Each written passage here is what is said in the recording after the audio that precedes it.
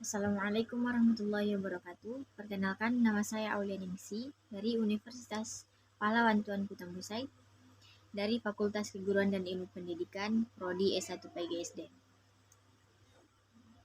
Di sini saya membuat video tugas bahasa Indonesia menjelaskan tentang resume saya. Materi resume saya pada kali ini ialah kalimat efektif dan paragraf. Saya akan menjelaskan yang pertama yaitu tentang kalimat efektif. Kalimat efektif adalah kalimat yang mampu menyampaikan makna dengan jelas, tepat, dan ringkas kepada pendengar dan pembaca. Struktur kalimat efektif. Yang pertama, keterbacaan. Kalimat efektif harus mudah dipahami oleh pembaca atau pendengar. Dan yang kedua, kejelasan. Kalimat efektif harus dapat menyampaikan pesan yang jelas tanpa ada ambigu dan kebingungan. Yang ketiga, ada kekompakan. Kalimat efektif harus ringkas dan padat. Gunakan kata-kata yang tepat dan hindari pengulangan yang tidak perlu. Yang keempat, ada kekuatan. Kalimat efektif harus memancarkan kekuatan dan daya titik yang dapat mempengaruhi pembaca dan pendengar. Dan yang keempat, relevansi. Kalimat efektif harus relevan dengan konteks dan tujuan komunikasi. Yang keenam, ada struktur yang baik. Kalimat efektif harus memiliki struktur yang baik dan gunakan tata bahasa yang benar dan jelas. Yang ketujuh, ada kesesuaian gaya dan ton. Kalimat efektif juga harus sesuai dengan gaya dan ton yang diinginkan. Sesuaikan gaya bahasa dan ton kalimat dengan konteks komunikasi yang dipakai, baik itu formal, informal, persuasif, ataupun informatif. Selanjutnya ada pola kalimat dasar. Pola kalimat dasar itu di sini ada 3. Yang pertama, kalimat subjek dan predikat.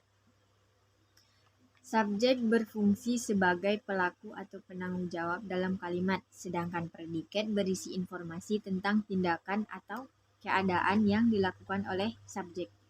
Contoh kalimatnya, saya makan nasi.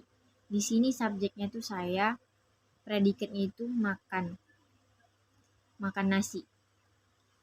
Dan pola yang kedua ialah kalimat subjek, predikat, dan objek.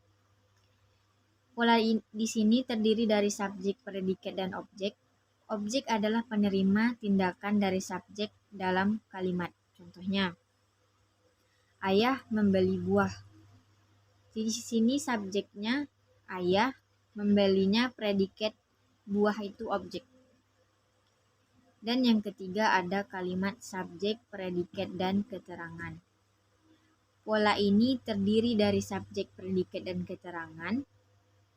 Keterangan ini memberikan informasi tambahan tentang bagaimana, kapan, di mana, mengapa suatu tindakan itu dilakukan. Contohnya, ibu memasak dengan hati-hati. Di sini subjeknya itu ibu, predikatnya itu di sini memasak. Jadi keterangannya itu dengan hati-hati.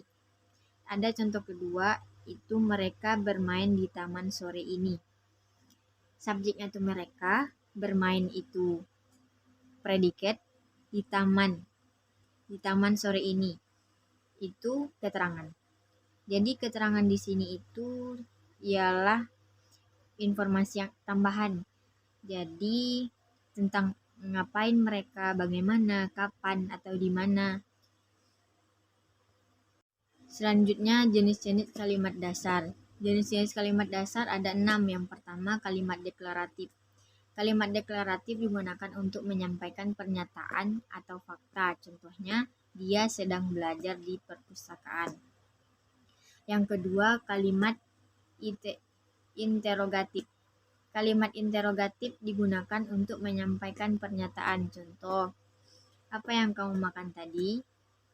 Yang ketiga, kalimat imperatif. Kalimat imperatif digunakan untuk memberikan perintah atau instruksi. Contohnya, berikan saya buku. Dan yang keempat ada kalimat eksklamatif.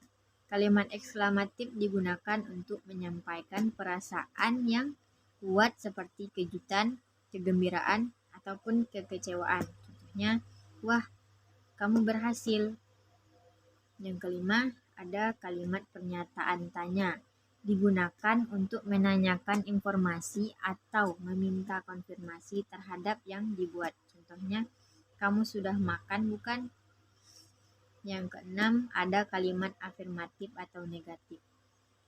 Digunakan untuk menyatakan sesuatu yang benar atau diterima, sedangkan negatif sesuatu yang tidak benar atau ditolak. Contohnya, contoh afirmatif, saya suka makan ini. Contoh negatifnya, saya tidak suka makan ini. Materi yang kedua ialah tentang paragraf. Paragraf adalah gabungan beberapa kalimat yang saling berhubungan dan menghasilkan tema tertentu.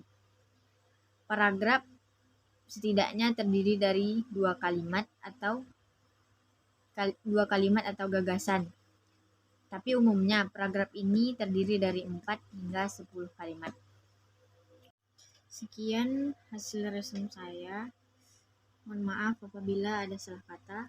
Wassalamualaikum warahmatullahi wabarakatuh.